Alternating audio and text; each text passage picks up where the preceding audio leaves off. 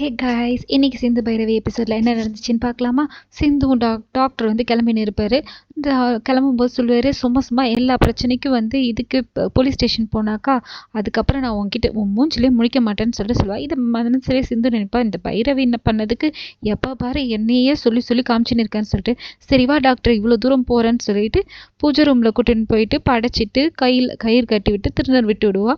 கன்னத்தில் எதுவும் இருக்கிற மாதிரி இருக்குன்னு சொல்லிட்டு முத்து கொடுத்துருவா. இதை உடனே சிவா வந்து சொல்வா, நீ ரொம்ப அட்வான்டேஜ் எடுத்துக்கிற, என்னைக்கு வேணா உன்னை வெளியில் அனுப்புவாங்க சொல்லிட்டு, அனுப்பும்போது பார்த்துக்கலான்னு சொல்லிட்டு அன்னம்பூர்ணி கிட்ட வந்து சிந்து வந்து சிக்னல் கொடுப்பா, நானும் போகிறேன்னு சொல்லிட்டு. அன்னம்பூர்ணி கேட்பாங்க, சிந்துவை கூட்டுன்னு போயேன்ப்பா உனக்கு ஹெல்ப்ஃபுல்லாக இருக்கும்னு சொல்லிட்டு. அதெல்லாம் ஒன்றும் வேண்டாம் பெருமா, நானே பார்த்துக்கிறேன்னு சொல்லிட்டு கிளம்பிடுவார்.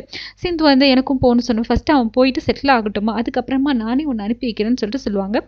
இதை கேட்டோடனே சிந்துக்கு ஒரே ஹாப்பி ஆகிடும். இங்கே வந்து டாக்டர் சிவா வந்து கிளம்பிட்டு அங்கே கேம்புக்கு போயிடுவார். நெக்ஸ்ட் டே பார்த்தாக்கா இங்கே எஸ்சிக்கு வந்து வியாபாரத்துக்கு ஆளுங்களை கூட்டின்னு வருவாங்க. வியாபாரிங்க வந்து எப்பயும் போல் விலை கம்மியாக கேட்பாங்க.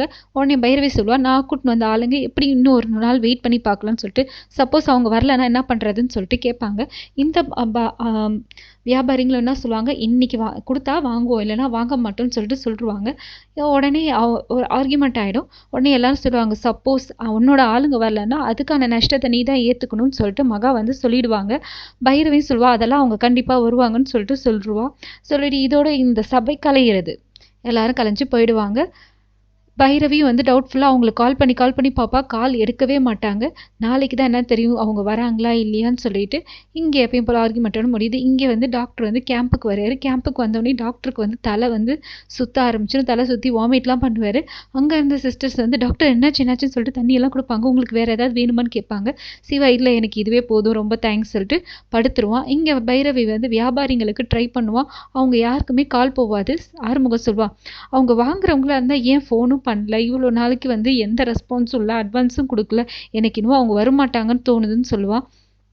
பைரவி சொல்லுவா, இல்லை அவங்க கண்டிப்பாக வருவாங்க. சரி வரலன்னா நான் சொல்கிறத நீ கேட்கணும்னு சொல்லுவான்.